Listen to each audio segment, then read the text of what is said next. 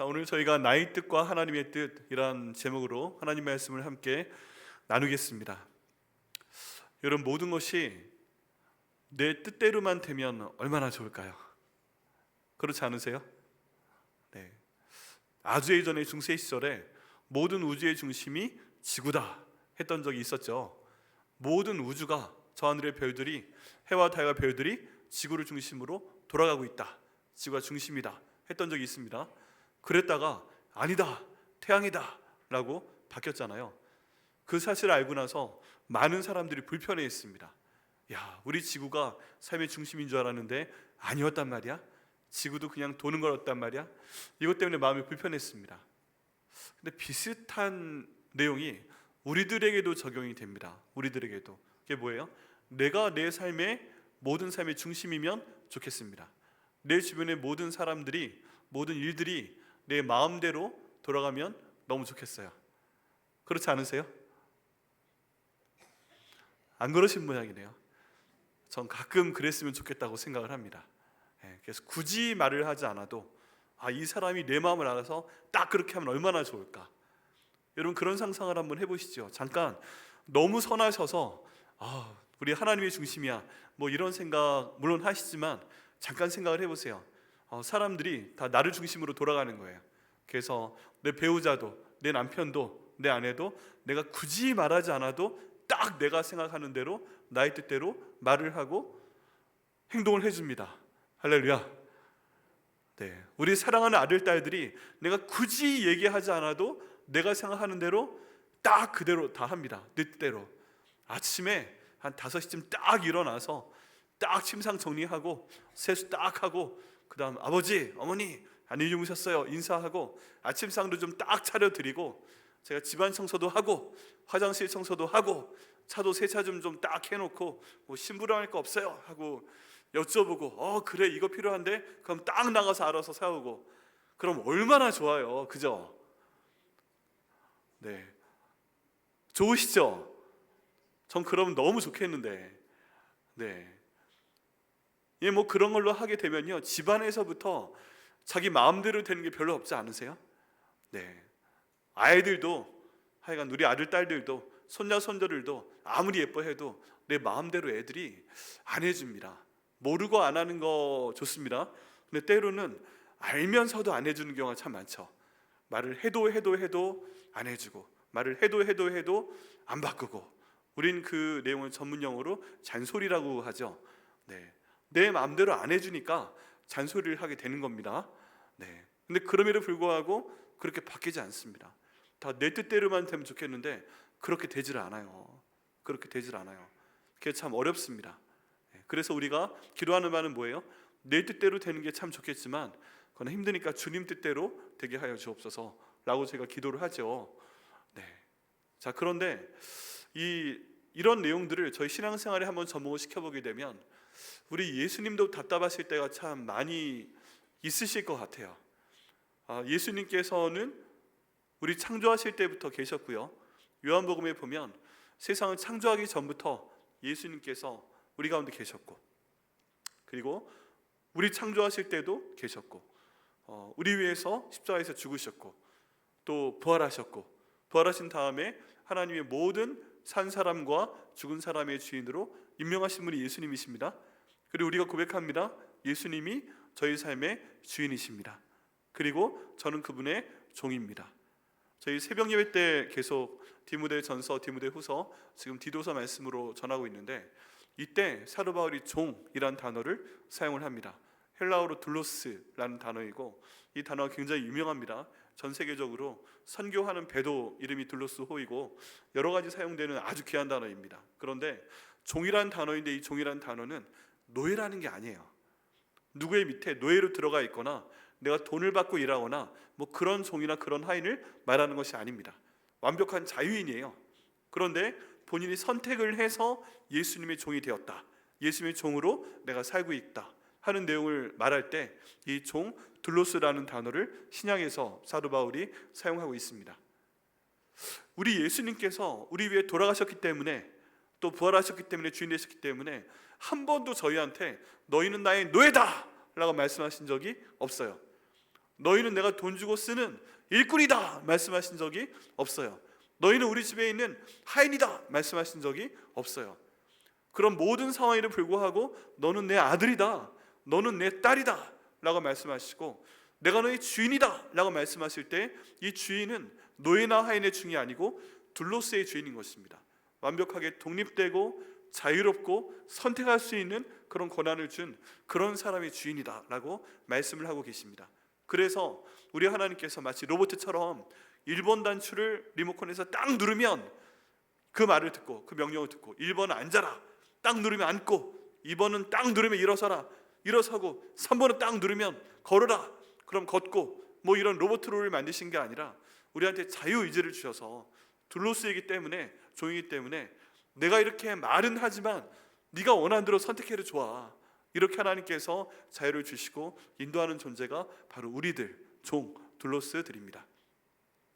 자, 그럼에도 불구하고 항상 우리 하나님이 원하시는 것은, 예수님이 원하시는 것은, 성령 하나님이 원하시는 것은, 그래도 그런 자유를 주었지만 너희가 자유롭지만 내 뜻에 맞춰주면 좋겠다라고 말씀을 항상 하고 계십니다. 그래서 뜻을 아는 것으로 넘어가는 것이 아니라 순종이 제사보다 낫다라고 말씀을 하고 계시고요, 하나님의 뜻은 항상 저희에게 말씀을 하고 계십니다. 특별히 이 성경 말씀을 통해서 우리에게 말씀을 계속 주고 계십니다. 하나님이 내게 원하시는 것을 알기 위해서는 기도도 중요하죠. 그런데 이 성경 말씀을 읽어야 하나님께서 우리에게 원하시는 뜻, 예수님께서 원하시는 뜻을 알 수가 있습니다. 그렇지 않으면 자꾸 예수님의 뜻과 나의 뜻이 달라지게 됩니다. 그리고 때로는 말씀을 읽지 않으면 내가 지금 제대로 생각하고 있는 거야? 제대로 말하고 있는 거야? 제대로 행동하고 있는 거야? 여기랑 기준이 없기 때문에 도저히 예수님의 뜻대로 살 수가 없습니다. 이제 그렇게 돼 가면 저희가 가장 조심하고 있는 죄인, 나 자신이 주인 되어서, 예수님이 주인이고 내가 둘로스 종인데 그거 말고 내 자신이 주인 되어서 예수님을 종으로 부리고 싶어하는 그런 상태로 바뀌게 됩니다. 이때 우리가 주인 되어서 예수님을 종으로 부를 때는 둘로스가 아니에요. 예수님은 내 노예예요. 내 하인이 되어 주셔야만 돼요. 그래서 마치 그 알라딘의 유슬램프에서 이렇게 그 유슬램프를 비비면 지니가 나와서 말을 들어주는 것처럼, 마치 속박된 것처럼 예수님의 이름으로 기도하면 예수님께서 그렇게 해주길 원하는 그런 모습이 우리 삶 가운데 보일 때가 있습니다. 어떻게 보면 불공평하죠. 우리 예수님께서는 둘로스로, 자유인으로 우리를 임명하셨는데 우린 예수님을 노예로 삼으려고 하거나 하인으로 삼으려고 하는 경우가 있습니다. 그리고 그대로 안 해주면 원망합니다. 왜 내 마음대로 안 해줘요? 하고 원망을 합니다. 결국 우리가 추구해야 되는 목표는 뭐예요? 예수님의 뜻과 내 뜻이 하나가 되도록 하는 것입니다. 예수님의 뜻이 무엇인지 알게 되면 그대로 순종하는 것입니다. 근데 그렇지 않은 경우가 참 저희 삶 가운데 많이 있습니다. 그리고 그 내용을 오늘 본문 말씀을 통해서 보고자 합니다. 오늘 본문 말씀을 통해서 저희가 위로도 됩니다. 예수님과 함께 있던 제자들이 예수님의 뜻이 이렇다고 이미 들었음에도 불구하고 자기들이 원하는 뜻을 예수님께 말씀을 드립니다. 그리고 하나님께서 그 말씀을 정리하시고 그 예수님의 뜻대로 그 제자들을 이끌어 가시는 그런 모습을 저희가 보게 됩니다. 오늘 말씀을 통해서 우리 주님께서 저희 한 명 한 명의 모습을 보게 하시기를 기도합니다. 자, 오늘 28절 말씀에 보면 이 말씀을 하신 후 8일쯤 되어서 예수께서 베드로와 요한과 야고보를 데리고 기도하시러 산에 올라가셨다라고 되어 있습니다. 자, 그럼 여기에서 이 말씀을 하신 후 8일쯤 되었을 때라고 말씀을 하셨습니다. 그럼 이 말씀이 무엇인지 저희가 돌아가 봐야 됩니다. 이 말씀이 무엇이냐면 지난주에 함께 나눴던 말씀입니다. 여러분 기억하세요? 지난주에 나눴던 말씀? 네, 지난주에 나눴던 말씀, 그 예수님께서 제자들을 데리고 어떤 곳에 가셨습니다. 그리고 거기에서 두 번 질문을 하십니다. 무리들이 있는데 이 무리들이 나를 누구라고 하느냐? 그게 첫 번째 질문이었고요. 그 다음 너희는 나를 누구라고 하느냐? 이거 두 번째 질문이고요. 세 번째 질문을 제가 추가했습니다. 여러분 한 분 한 분은 예수님을 누구라고 하십니까? 뭐라고 고백하십니까? 하고 말씀을 드렸습니다. 여러분 지난 주 중에 한번 고백을 해보셨어요? 너는 나를 누구라고 하느냐? 예수님께서 물으셨을 때 예수님은 저희 무엇입니다? 라고 고백을 한번 해보셨나요? 네, 아직 안 하셨으면 반드시 해보셔야 됩니다. 예수님과의 나의 관계가 나의 뭐 이렇게 정립이 될 때 기도하게 됩니다. 꼭 하셔야 됩니다. 네, 그렇게 해서 예수님께서 두 번의 질문을 하셨습니다. 기억나시죠? 네, 굉장히 처음 듣는 듯한 표정으로 저를 보시는 분들은 그건 설교자의 잘못입니다. 할렐루야. 네, 자, 그렇게 한 다음에 예수님께서 무리가 지금 그대로 있으면 안 된다, 무리에서 제자가 되어야만 된다 라고 강조를 하시고, 무리에서 제자가 될 수 있는 그 세 가지 방법을 말씀하십니다. 이건 기억나세요?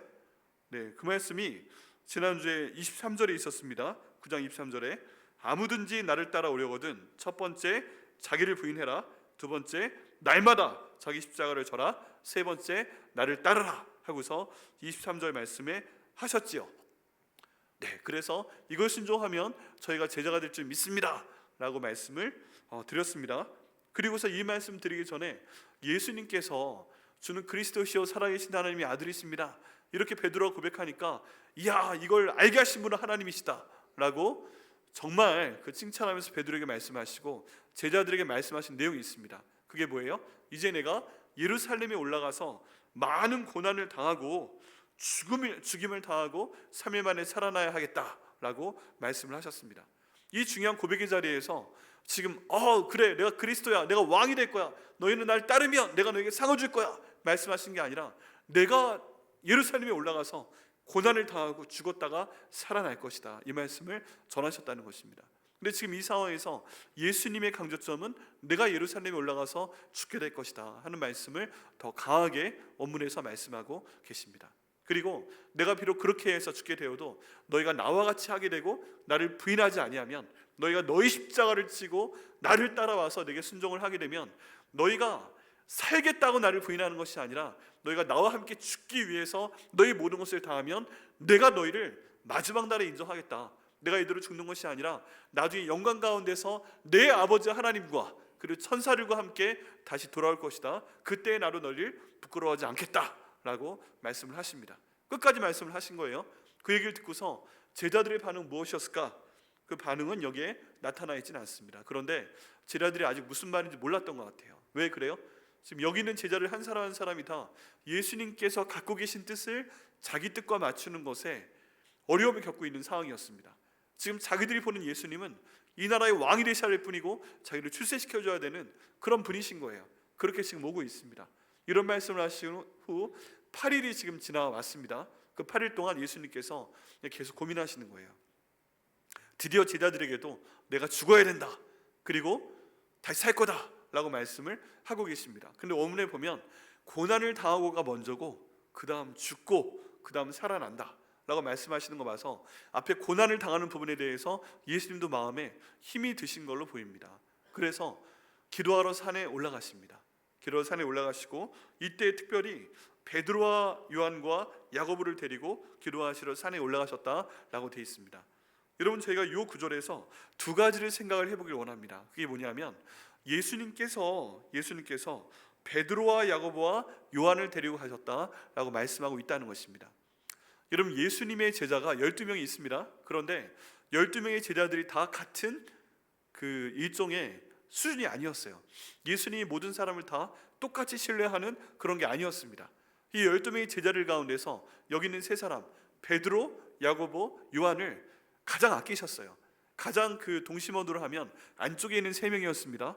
그 다음에 한 5명 정도가 또 두 번째 동심원을 구성을 합니다. 그 다음 나머지가 가룟 유다를 포함 그런 사람들이 마지막 세 번째 동심원을 구성을 합니다. 제자들도 보면 이게 레벨이 다른 거예요. 수준이 달라요. 그런데 여기 있는 세 사람을 예수님께서 가장 아끼시고 사랑하셨다는 것을 알 수가 있지요. 그래서 지금 산에 데려가십니다. 함께 기도하자고. 그리고 예수님께서, 여러분 기억나십니까? 회당장 야이로의 딸이 죽었을 때 딱 세 사람만 그 소녀를 살리는 그 자리에 데리고 들어가셨습니다. 그때도 누구였어요? 베드로와 야고보와 요한이었습니다. 이 세 사람을 예수님께서 많이 아끼셨어요. 그리고 좀 더 많이 가르치시고 좀 더 많이 보여주시고 예수님께서 하나님이심을 경험하게 하시려고 많은 노력을 기울이셨습니다. 그래서 이 세 사람이 후에 예수님께서 승천하신 이후에 베드로는 예루살렘 교회를 세우는 그 교회의 지도자가 되었고요, 전체 모든 기독교에 큰 영향을 준 사람이 되었습니다. 야고보는 예수님 제자 중에 최초의 순교자가 됩니다. 최초의 순교자.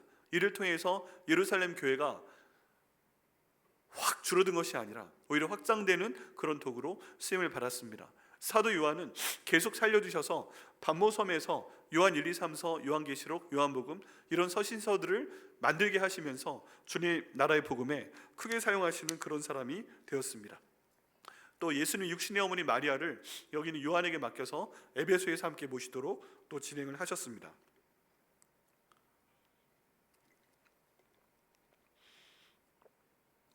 교회 예수님께서 아끼셨던 만큼 이들에게 중요한 사명을 주셨고 그들을 감당을 하게끔 하셨습니다. 자, 이것을 저희가 볼 때 예수님의 제자들이 등급이 좀 나누어져 있구나. 그럼 나도 가능하면 이왕 예수님 믿을 거라면 예수님 제자들 중에서 가장 안쪽에 한번 들어가고 싶다. 여러분 이런 소망을 좀 가지셔야 됩니다. 이왕 예수님 믿을 거면 가장 예수님의 수제자 반열에 들어가 보자. 공부를 할 거면 이왕이면 좀 잘해보자. 이왕이면 3등 안에 들어보자. 이왕이면 10등 안에 들어보자. 이왕이면 뭐 몇 프로 안에 들어보자. 이러고 하는 것처럼 예수님의 제자가 되기로 결정을 하고 믿고 나간다면 그런 사람이 돼서 예수님께 칭찬받고 상 받는 사람이 되라 라는 그런 거룩한 목표가 우리 삶 가운데 있어야 됩니다. 성경에 보면요, 예수님의 제자가 그룹들이 나뉘어져 있습니다. 여기에 보면 예수님의 3명의 제자가 있습니다. 그 다음에 한 8명의 제자로 분류됩니다. 12제자 가운데서도 3그룹으로 나뉩니다. 그 다음에 12명의 제자로 끝나는 게 아니에요. 이제 앞으로 저희가 누가복음에서 선포할 말씀 중에 70명의 제자를 파송한 예가 나옵니다. 12명 다음에 70명으로 확대가 됩니다. 그 다음에 예수님께서 돌아가셨습니다. 부활하셨습니다. 이 땅 가운데서 한 50여일 동안 계셨습니다. 사순절날 말씀하시고 승천하셨습니다. 너희는 예루살렘 떠나지 말고 기도하고 있어라. 내가 성령을 보내실 것이니까 그 성령을 받을 때까지 너희는 예루살렘 떠나지 말고 기도해라 라고 했더니 오순절날 성령이 임하셨습니다. 예수님 말씀 듣고 어디 가지 않고서 그 사순절부터 오순절까지 열흘 동안의 시간입니다. 열흘 동안 새벽 기도한 겁니다. 120명이 마가의 다락방에 모여서 새벽 기도를 하다가 성령 충만하게 됩니다. 이 120명의 그룹이 있습니다.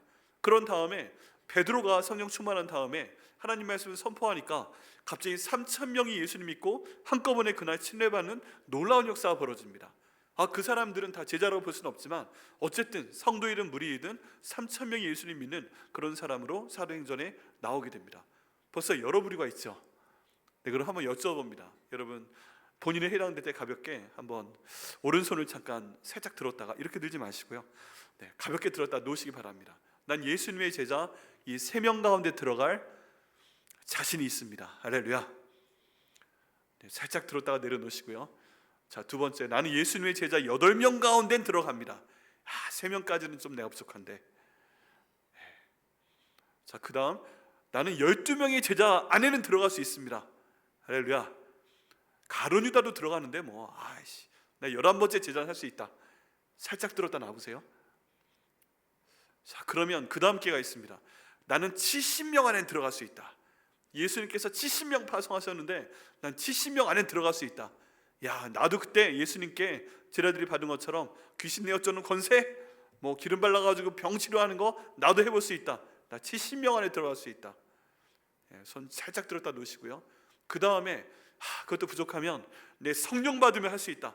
120명 정도까지는 들어갈 수 있다. 내가 열흘 정도 동안에는 예수님 말씀하신 대로 새벽기도 딱 드리고 그 다음에 딱 성령 은혜 가운데 성령 충만해서 나가서 복음 전해볼 수 있다. 120명 가운데 들어갈 수 있다. 자, 한 절반 이상은 손 들었다 내리셨죠? 네, 절반 이상은 믿습니다. 네, 자, 그 다음 단계는 갑자기 확 넓어집니다. 3,000명. 베드로 설교 듣고 회개하고 내가 예수님 믿는 모임 가운데서 함께 기도하고 말씀 듣고 떡 나누며 교제하고 내가 3,000명 안에 들어갈 수 있다. 예루살렘에 사람 엄청 많은데. 네, 여기에서는 다 손 들었다 내리셔야 됩니다. 할렐루야. 아직 여기까지도 안 들어오시면 안 됩니다. 네, 이게요 밖으로 퍼져나가면서 여쭤볼 수도 있고 3,000명부터 안으로 들어가면서 여쭤볼 수도 있습니다. 근데 정말 중요한 것은 내가 자신 있다고 해도 우리 주님께서 내 위치를 어디로 생각하시냐 하는 거죠. 내가 아무리 12명 안에 들어갔다고 해도 주님이 아니다 말씀하시면 아니고, 내가 아무리 70명 안에 들어갔다 해도 아니다 말씀하시면 아니고 그러신 거죠. 결국 그 결정은 우리 주님께서 하시는 겁니다. 그럼에도 불구하고 내가 한 70명 안에라도 들어가야지 라고 하고 노력하다 보면 120명 안에 들어갈 수 있지 않겠어요? 네. 내가 1등은 못해도 한 3등은 해야지 하고 기도하면 10등 안에 들어가는 뭐 그런 거 있잖아요. 그런 것처럼 뭔가 주님 안에 욕심을 가지고 저희가 기도하며 순종하며 나갈 때 주님께서 인정하실 만한 그 제자들 그룹에 저희를 두실 걸 믿습니다. 이런 마음의 소원을 가지시고 말씀 보시고 기도하시고 순종하셔서 주님께 가장 가까이 가시는 저 여러분 되게 하시기를 예수님의 이름으로 축원합니다. 네. 이 그 당시의 성도로 같은 성도 아닌 것처럼 지금 현재 교회에 있는 성도들도 같은 단계가 아니다 라는 내용을 말씀을 드립니다. 첫 번째, 예수님 앞에 가까이 가야 된다 하는 것 제가 나누고요. 두 번째는 예수님께서 기도하시러 산에 올라가셨다는 겁니다. 여러분, 저는요, 제가 예수님이면 저 기도 안 했을 것 같아요. 솔직히 말해서 제가 하나님이잖아요. 그리고 제 기도 들어주신 분이 우리 아버지시잖아요. 그러면 뭘 그렇게 힘들어가지고 기도해요? 그냥 하나님, 아버지 이거 해주시면 되는 거지. 정말 제가 예수님이면 기도 안 했을 것 같아요. 그냥 교만한 마음에 누가 감히 내 앞에 서겠어.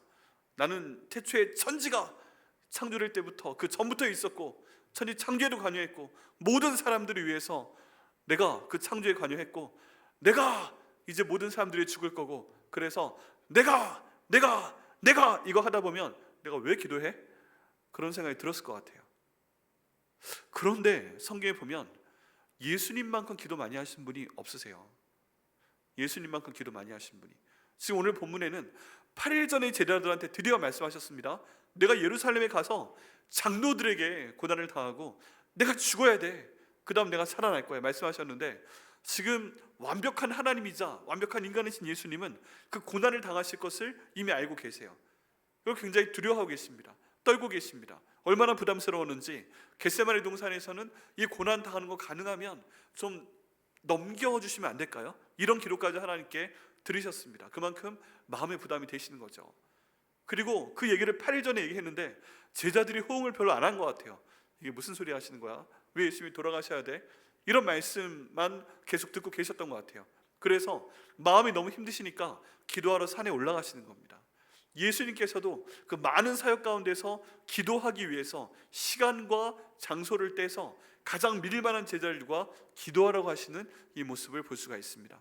또 성경 가운데 보면 복음서에 보면 예수님께서 항상 새벽 기도를 하십니다.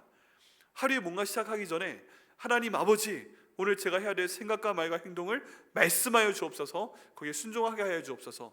이 기도를 하나님께 드리신 거예요. 그래서 예수님께서 이런 말씀하십니다. 내 아버지께서 말씀하신 것만 내가 행한다. 내가 하는 모든 말과 행동 중에서 내 아버지께서 말씀하시지 않은 것은 아무것도 없다. 나와 아버지는 하나이니라 라고 말씀하시면서 그 하나됨을 계속 유지하기 위해서 아침마다 하나님 앞에 나가서 기도하십니다. 그래서요, 사람들이 바빴어요. 예수님이 이 집에 머물러 계시는 거 알고 있는데 병 나아야 되는데 귀신 내쫓아야 되는데 그래서 동이 트기 전에 막 가서 예수님이 계시는 집 문을 막 두드립니다. 두드려서 예수님 나오세요. 병도 좀 고쳐주세요. 이렇게 애쓰고 있는데 베드로가 문을 열고 나옵니다. 벌써 사람들이 집 앞에 우글우글합니다. 아, 왜 이렇게 아침부터 난리여? 예수님께 기도받으려고. 알았어 하고 들어가서 예수님 깨우려고 예수님 계셨던 방을 보니까 안 계신 겁니다. 깜짝 놀라서 제자들이 찾아 나섭니다. 집 밖으로 찾아 나섰는데 예수님께서 숲에서 걸어 나오시는 겁니다. 예수님 지금 뭐 하시는 거예요? 베드로가 역정을 냅니다. 예수님, 사람들이 이렇게 많이 나와 있는데 예수님 어디가 계신 거예요? 예수님 별 말씀 없으시면서 그 사람들에게 가서 또 하나님 나라 전파하시고 병 고치시고 귀신 내어 쫓아주시고 목자가 없는 양 같은 그들을 또 돌보시는 그 모습을 보여주십니다. 그런데 그 일을 하시기 전에 예수님께서 기도하셨습니다. 예수님께서 새벽기도 만드셨고요, 예수님께서 산기도 만드셨고요, 예수님께서 금식기도 만드셨습니다.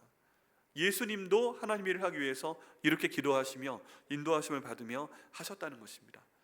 여러분, 그렇다면 저희도 기도해야죠. 예수님도 기도하셨다면 저희도 해야죠. 뭔가 집중하기 위해서 예수님께서 기도하시는 모습을 볼 수가 있습니다. 예수님께서 다른 것 하시면서 하나님과 대화하신다는 내용이 없어요. 그냥 기도에 집중하시는 겁니다. 새벽에, 밤에 한밤중에 또 낮에라도 산에 가셔서 사람들이 방해하지 못하게 기도하고 계신 모습을 볼 수가 있습니다. 여러분, 여기에서 나도 이렇게 기도해야 되는 거구나 하는 걸 배울 수가 있습니다.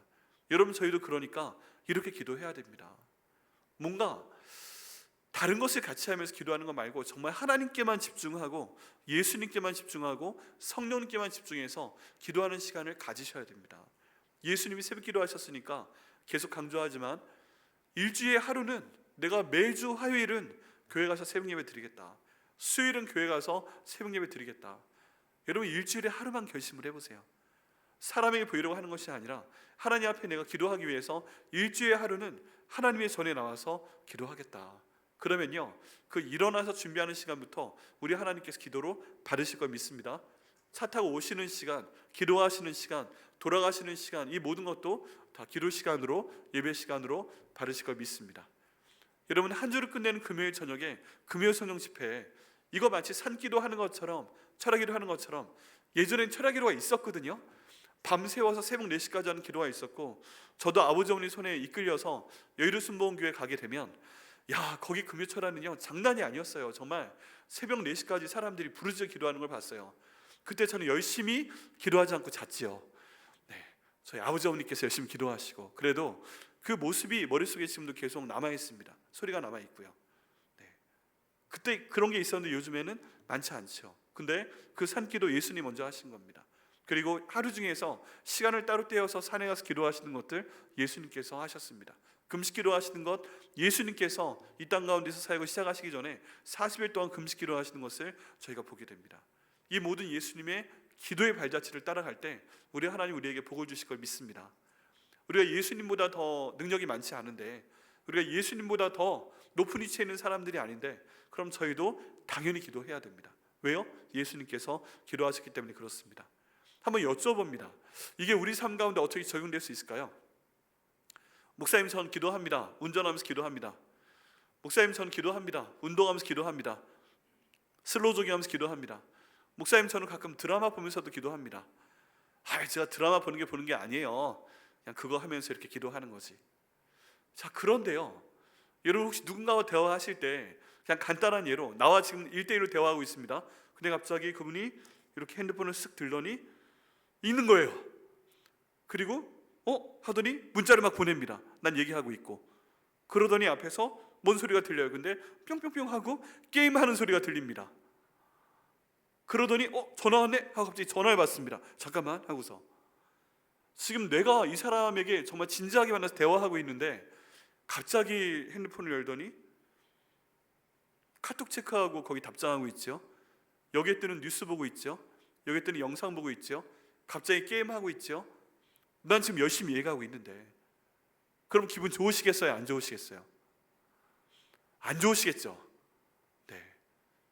더구나 그것을 우리 아들이나 딸이 나한테 그런다.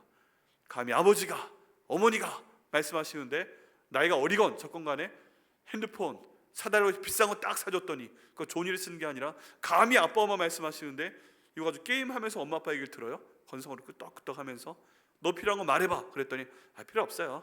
그러면서 열심히 게임하고 있어요. 여러분 기분 좋으시겠어요? 안 좋으시겠어요? 안 좋으시죠. 제가 목사만 아니라면 탁 뺏어가지고 딱 던지려고 하다가 그냥 내려두겠어요. 핸드폰이 비싼 거니까. 일단 겁은 주겠죠. 그러면 안 되는 거다. 근데 우리 하나님도 마찬가지시라는 겁니다.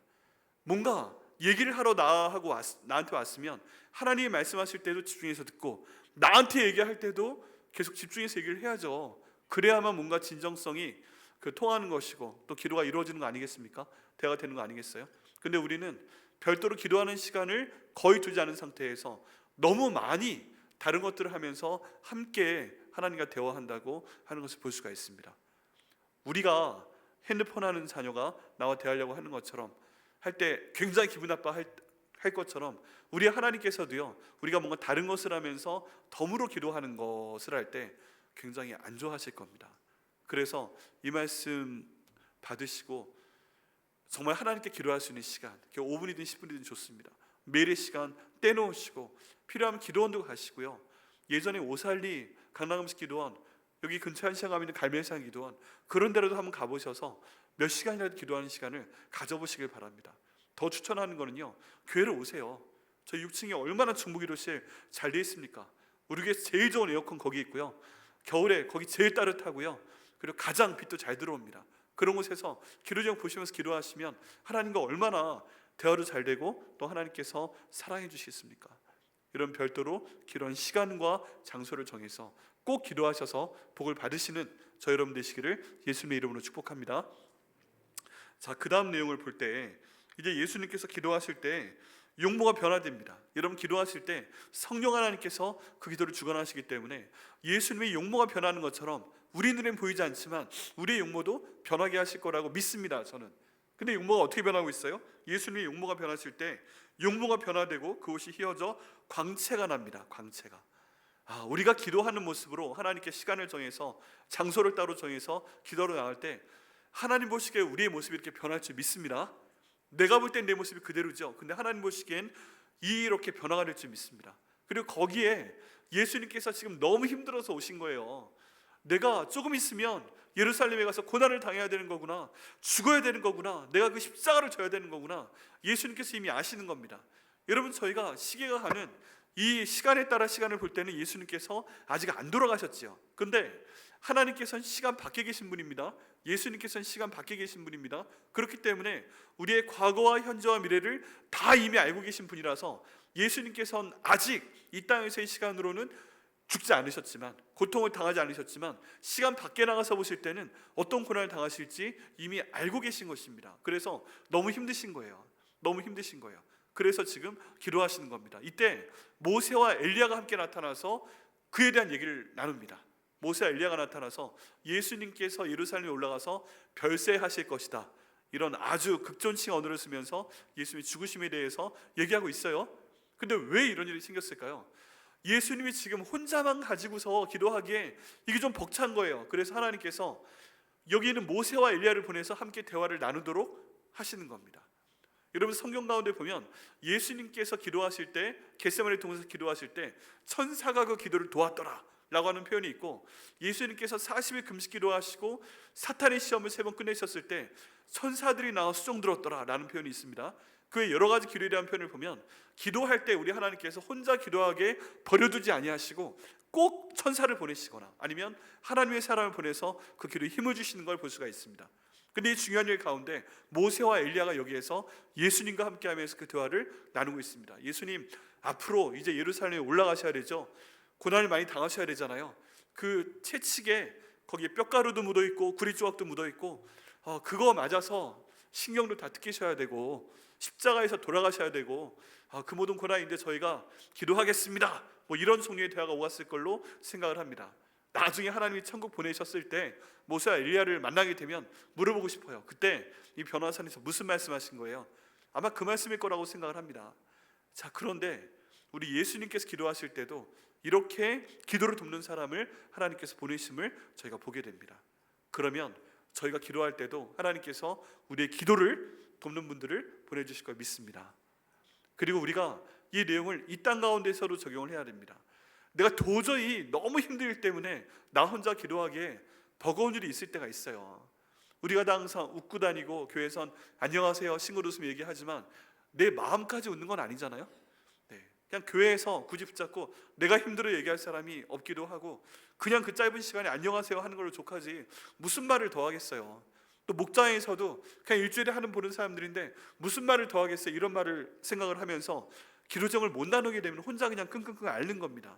그런데 예수님께서도 지금 이 고난에 대해서 같이 나눌 사람이 필요했어요. 모세와 엘리야가 함께 했습니다. 함께 나눕니다. 그리고 예수님께서 새 힘을 얻으시고 그 다음 사역을 진행하시는 걸 보게 됩니다. 예수님께서도 함께 어려움에 대해서 대화를 나누시고 중보 기도해 줄 사람이 필요했다면 우리한테도 필요한 겁니다. 내가 뭔가 힘들다고 기도 제목을 나눴을 때 그 내용을 그래? 하고서 마치 자기가 스피커인 것처럼, 마치 자기가 이 모든 것들을 전파해줘야 되는 삶이 있는 사람인 것처럼 좋은 일이건 나쁜 일이건 사람들한테 다 말을 해서 교회 내에 기도도 안 해주면서 떠돌아다니는 얘기가 되게 하는 그런 것이 아니라 한 2사람 정도가요, 내가 얘기를 나눴는데 집사님 기도할게요, 정말 기도할게요, 진짜 기도해 주시는 분들, 진짜 기도해 주시는 안수 집사님들, 이런 분들 계시면 여러분 정말 큰 힘이 되지 않겠습니까? 네, 그냥 어떤 한마디 했는데 몇 시간 후에 그런 기도 제목 얘기했다며 아이고 어떡해, 기도한다는 얘기는 안 하고 아이고 어떻게 하고 끊어요. 여러분 그거 정말 열받습니다. 그거만큼 실망스러운 때가 없어요. 그런 거 말고 얘기하지 않고 당신만 알고 기도해 주세요 라고 기도했을 때 정말 기도하는 두 사람이 있다면, 이게 전도서에서 말하는 기도의 3겹줄, 3겹줄입니다. 세 사람이 함께 기도를 붙들고 있으면 넘어지지 않는다. 하나님 나한테 그런 두 사람 주시옵소서. 그런 두 사람 주시옵소서. 기도하셔가지고요 꼭 받으시길 바랍니다. 그런 분들이 가족 안에 있으면 너무 좋고, 그렇지 않으면 교회 가운데 있는 여러분 목장에서 여러분 목자님들 같이 목원으로 계신 분들 말씀을 하시고 내가 이거 힘든데 정말 기도해 주세요 말씀했을 때 그 들으신 분들은 절대 비밀 딱 유지하고 기도 제목이라는 내용으로 사람들한테 자꾸 전파하지 마세요, 웬만하면. 그리고서 딱 기도했을 때 기도 응답받으며 하나님께 감사하고, 이런 삼겹줄이 교환의 형성이 되면 얼마나 복된 만남입니까? 우리 예수님께서도 그런 만남을 지금 갖고 계시다는 것입니다.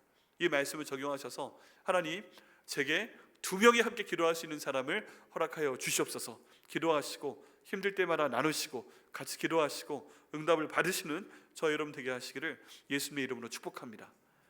한번 생각해 보세요. 그 두 사람 있으세요? 없으세요? 그럼 달라고 기도하셔야 돼요. 주님께서 반드시 주실 걸 믿습니다. 자, 그 다음에 이제 예수님 쪽에 사실 말씀 다 하셨어요. 예루살렘에 가셔서 돌아가시는 게 하나님의 뜻이고 예수님의 뜻입니다. 근데 그때 갑자기 제자들의 뜻이 나타납니다. 베드로의 뜻이 나타납니다.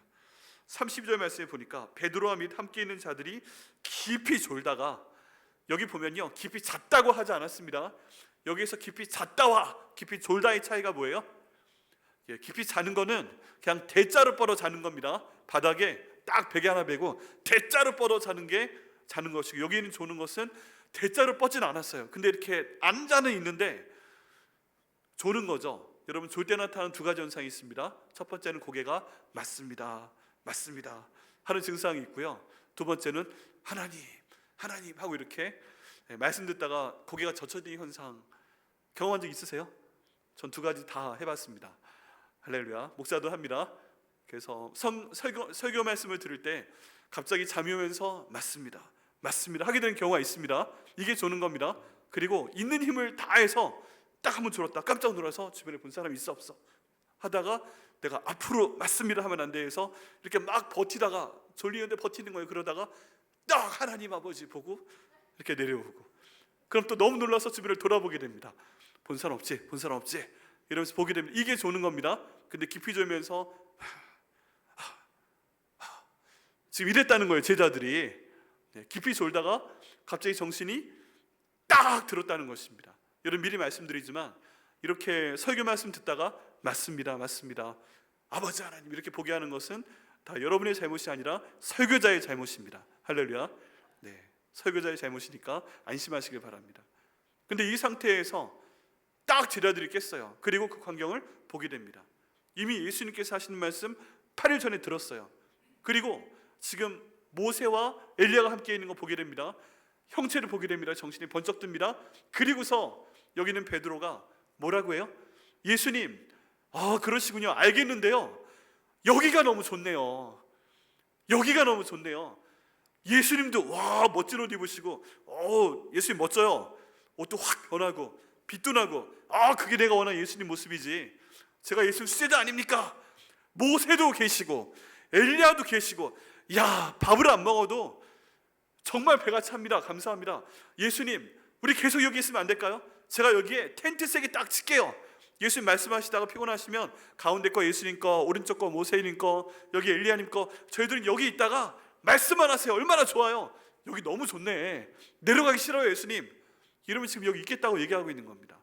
그런데 지금 이 얘기를 할 때 성경 말씀에 보면 자기가 하는 말을 자기도 알지 못하더라. 비몽사몽 가운데 얘기하고 있는 거죠. 근데 여러분 무의식 중에 비몽사몽 가운데 말할 때 진심이 나타나는 거 알고 계세요? 네, 비몽사몽 안에 말할 때 진심이 나타납니다. 진심을 딱 듣고 싶을 때 가끔 자는데 깨워서 그 어딨어 말을 하면 딱 진실을 말하는 경우가 있어요. 네, 가끔 저희 아들한테 잘 때 너 그거 네가 했어 안 했어? 그러면 제가 했어요. 그래요. 낮에 안 했다 우겼는데. 그럼 봐줘요. 그리고 일어나서 너 네가 했다며? 그럼 내가 언제 그랬어요? 합니다. 네, 잘 때 말하는 것은 다 진실입니다. 그래서 가끔 한번 시험 해보실 필요까지는 없고요. 네, 어쨌든 비몽사몽간에 말했기 때문에 진심인 겁니다. 예수님께서 예루살렘에 갈 거야, 고난을 당할 거야, 베드로야, 야고보야, 요한 너희 수제자니까 너희들이 나와 함께 고난을 당하고 내가 나중에 죽었다가 부활하게 되면 너희가 예루살렘에 교회 만들고 복음을 전해야 돼, 이 말씀하고 있는데 들으면서 이런 식으로 8일 동안 지났다가 지금 와서 이 모습을 보니까 그거 말고 여기가 좋사오니 라고 말씀하시고 있는 거예요. 지금 베드로가 하기 싫은 거예요. 예수님의 뜻도 알고 고난당할 것도 알고 들었는데 그게 지금 내 뜻과 예수님의 뜻이 하나가 되지 않고 있는 겁니다. 그래서 비몽사몽간에 진심을 말한 거예요. 나는 이런 영광스러운 자리에만 있고 싶어요. 나는 모세와 엘리야와 함께 있고 싶어요. 왜? 위대한 사람 옆에 있으면 그 사람들과 함께 밥 먹으면 나도 비슷하게 됐다는 착각을 하게 되잖아요. 전혀 아니지만 나는 이 상태에서 같은 바늘에 있고 싶어요. 모시는 종이 되고 싶어요. 근데 아니었던 것입니다. 결국 그분들은 다 떠나가고, 그리고 그때 갑자기 구름이 내려와서 이들을 둘러싸게 됩니다. 구약성경에 보면 신의 산에 쉐키나라고 하는 하나님의 구름, 영광의 구름이 드리워지게 됩니다. 그리고 거기에서 하나님께서 모세를 만나십니다. 비슷한 현상이 여기 나타난 거예요. 구름이 오더니 이는 나의 택한 자요 나의 사랑하는 자다, 너희는 그의 말을 들으라 라고 소리가 나옵니다. 하나님의 음성이죠. 그런데 이 소리 들었을 때 여기 있는 제자들이 네 알겠습니다 했다는 기록이 본문에 있어요 없어요? 없어요. 하나님만 말씀하시고 알겠습니다, 충성하겠습니다 이런 내용의 답변은 본문에 없어요. 그리고 그 말씀하시고 구름도 사라지고 정신을 완전히 차려보니까 예수님만 거기 계시고 본인들만 있었다는 것입니다. 그리고 내려오게 됩니다. 여러분, 이 내용을 봤을 때 예수님의 뜻과 제자들의 뜻이 다르구나, 하고 싶은 게 다르구나, 바라는 게 다르구나, 이런 것을 알 수가 있습니다. 이 내용을 저희 삶 가운데 한번 적용시켜 봅니다. 예수님께서 성경을 통해 말씀하시는 건 뭐예요? 예수님 믿으라는 겁니다. 근데 내 뜻은 예수님 안 믿어집니다. 또 예수님 믿기 싫을 때가 있어요, 솔직히 말을 해서. 그리고 주님의 일을 하라고 말씀하십니다. 그런데 나는 주님의 일을 안 하는 게 더 좋아요. 여기 있는 것이 좋사오니, 지금 교회 갈 시간인데 난 집에 있는 것이 좋사오니, 지금은 성령께서 말씀을 읽으라고 말씀하시는데 말씀을 안 읽는 것이 좋사오니, 지금 기도하라고 말씀하시면서 기도할 다락방을 보여주시는데 저는 지금 기도를 안 하고 드라마를 보는 것이 좋사오니, 이번에 하나님 은혜 가운데서 우리 선교를 좀 해보자 라고 말씀하시는데 저는 선교보다 다른 데 휴가 가는 것이 좋사오니, 지금 교회에 중요한 일이 있으니까 예를 들어서 이 일에 대해서 물질적인 헌신이 필요하다고 성령께서 감동 주시는데 저는 그거보다 대신 취미생활을 위해서 이걸 구입하는 게 좋사오니, 하나님의 뜻과 나의 뜻이 계속 나뉘어지는 겁니다. 알아요, 뭔지 하나님의 뜻이. 근데 나의 뜻이 거기에 대해서 아멘하고 화답하지 못하고 있습니다. 예수님께서 내가 예루살렘 가서 고난당하고 죽어야 되고 부활하고 그 다음에 이 땅 가운데 교회를 세워야 되는데 베드로야, 야고보야, 요한아 너희가 같이 하자 라고 말씀하실 때 아니요 예수님, 저희는 여기 있는 것이 좋사오니 얘기하는 것과 우리의 답변이 굉장히 비슷합니다. 여러분, 지금 예수님께서 여러분께 뭐라고 말씀하고 계십니까? 여러분, 목사의 사명이 뭔지 아세요? 목사의 사명? 목사의 사명이 이렇게 말씀 준비해서 새벽 예배 때 전하고 금요 성령 집회 때 전하고 주일 예배 때 전하고 이걸로 끝나는 게 아닙니다. 목사의 사명은요, 목사의 사명은, 하나님께서 목회자에게 주신 사명은 영혼들이 예수님 믿고 구원받게 만드는 게 첫 번째입니다. 그러면 천국에 들어가시는 거죠. 천국 가는 것까지 인도해 드립니다. 예수님께서 나를 위해 돌아가신 것, 부활하신 것, 주인 되신 것, 이거 계속 반복해서 설교 때 말씀드리고 개인적인 만남 때 말씀드리고 우리 성경 통독 때 말씀드리고 또 제자 훈련 때 말씀드리고 계속해서 이거 믿게 만들어서 성령께서 결국 하셔야 되죠. 천국 가게 만드는 것이 목사의 첫 번째 해야 될 일입니다.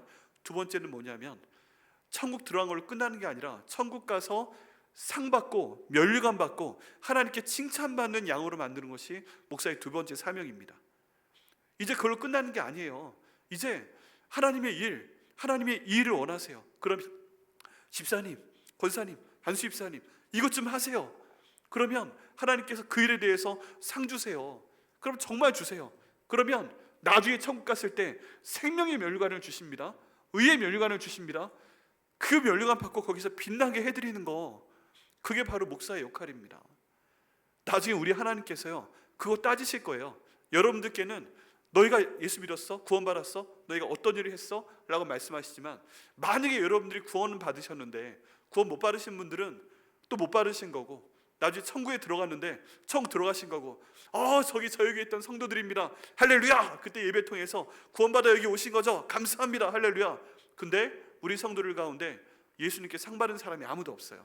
생명의 면류관 받은 사람 아무도 없고, 의의 면류관 받은 사람 아무도 없고, 그러면 여기저기서 그 면류관 번쩍번쩍 하고 있는데, 야 형제야, 어떤 목사님한테 맡긴 양들은 저렇게 주일에 충성하도록 잘 교육시키고 해서 주님의 일에 순종해서 이 땅에서도 복받게 하고 천국에서도 생명의 면류관 저렇게 쓰게 하고 의의 면류관 쓰게 하고 그랬는데, 너한테 맡긴 양들은 왜 면류관 받은 게 하나도 없어? 넌 뭐 했어? 라고 제게 물으신다면 너무 힘들 것 같아요. 너무 힘들 것 같아요. 이게 자식이잖아요, 자식. 나중에 우리가 연배가 높아지시게 되면, 저도 이제 아들 대학교 졸업했지만 이게 좀 더 올라가게 되면 애들이 뭐 무슨 직업을 갖고 세상에서 얼마나 잘 되고, 어르신들 결국 무슨 말씀 하세요? 첫 번째, 옛날에 내가 잘 나갔던 때가 있었다. 두 번째는 뭐예요? 자식 자랑할 수 있으면 계속 자식 자랑하시잖아요. 핸드폰에 자식 보여주시고 우리 손자 손녀 보여주시고 계속 자식 자랑하시잖아요. 근데 그게 목회에도 마찬가지인 거예요. 이분이 이렇게 하나님을 하게 해서, 이분이 이렇게 하나님께 상 받는 일을 했다, 이분이 이렇게 의의 면류관 받을 만한 일을 하게끔 했다, 이분이 생명의 면류관 받는 일을 하겠다.